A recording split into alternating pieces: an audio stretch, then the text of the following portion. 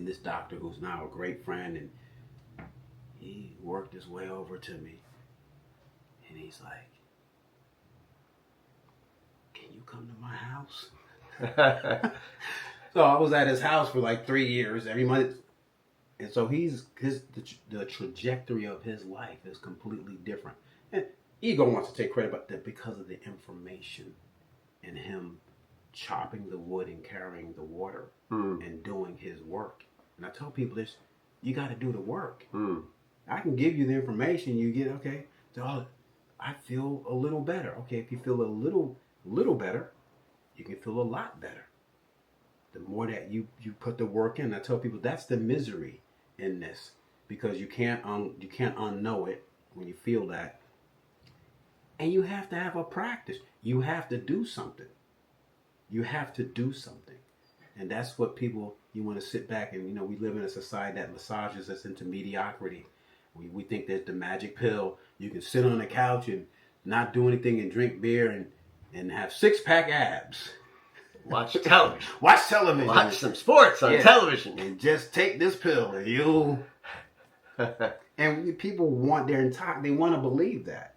They want to believe that. So, and the society wants you to believe that. Well, and when we watch television, we get every other ad is for a pharmaceutical pill that is going to solve some problem that you have. Lots of side effects. Right. Yeah, don't mind that.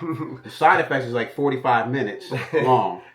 But that tells you how sick the society is. Yeah.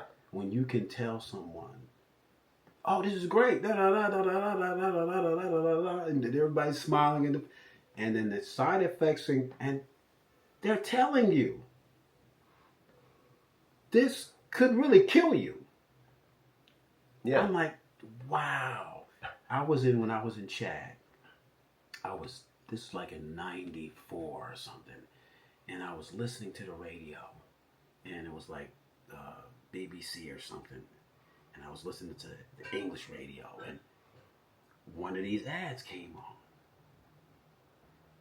and it talked about the drug, then the side effects, and I was sitting in this office in Boondu, Chad, and I'm like, and I'd been out of the States now for like 3 years. I had gone through the experiment in a completely different place, and I was like, they're selling this? And that was like a defining moment for me. That's when I knew, like, okay, motherfuckers in America are crazy. Like, it's really, so I mean, now it's just but if you're in it, right, you don't really know, like, this is insane. It's absolutely insane, right? When you get, when you see it from the plane, and that was in 94, I was like, say no more. Like, they're not losing any money. In fact, it's $1 trillion industry. Like, they paint me as the crazy person, right? And they got money to do that, right? I'm just like, that's where we are. So we need to put everything down. And I tell people all the time, get quiet with it. Like, I'm going to tell you something. Go think about it. Just go think about it. Like, this is not a debate. Like, I'm not in the convincing business. I had to go through that. Like, my first years on, I'd be sitting there, especially the closer you are to, I'm convincing you, trying to convince you, hey, man, hey, Charles, man, you got to come do you got to, come on, man. And I'm just spending all of this energy to try to convince you, like, this is what you need to do. And it dawned on me, like, I'm tired trying to convince all it. So I'm very clear about, I'm not in the convincing business.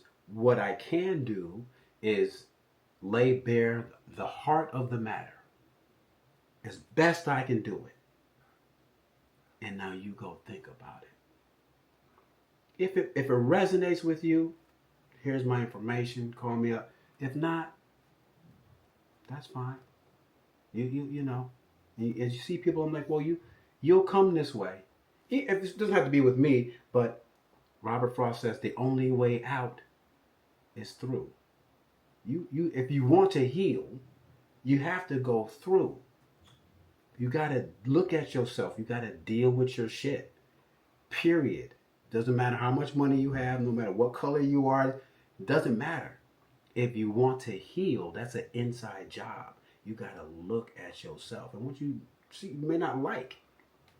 Okay, what are you going to do about that? Like, what type of person are you trying to be? How are you trying to live? Okay, shit, I don't want to be like that. When I went to Africa for that first time and all of that pain, I saw these people like living by American standards, they were poor. They didn't get the memo. They didn't get the memo. They were like, poor. We got, hey man, we got 6 grains of rice here, man, and we can chop it up and you get a little piece like it. I was like, oh, I want that. I want that joy of life. They were just, love was just oozing out. I was like, that's what I want. So we have to, and it's here, so on earth, but we have to go through. And I was like, okay, in order to have that,